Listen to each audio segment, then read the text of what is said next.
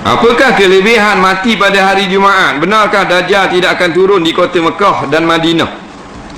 Baik, kelebihan mati pada hari Jumaat ini memang kita akuilah kerana datang dalam hadis-hadis yang sahih.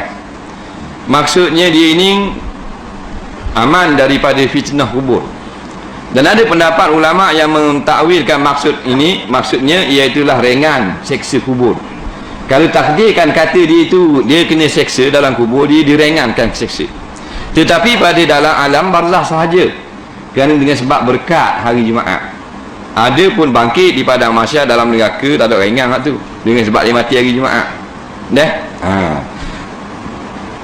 Sekalipun pada orang itu fasik, Imam Nawawi kata sekalipun orang ni orang fasik lah, orang fasik, orang tak tutup aurat, orang mana minum arak, ada juga kelebihan. Syarat dia orang beriman, mati pada hari Jumaat. Tapi bukan makna masuk syurga terus macam kita duk faham. Kan masalah alam barzah diringankan soal jawabnya ataupun diringankan azab kuburnya.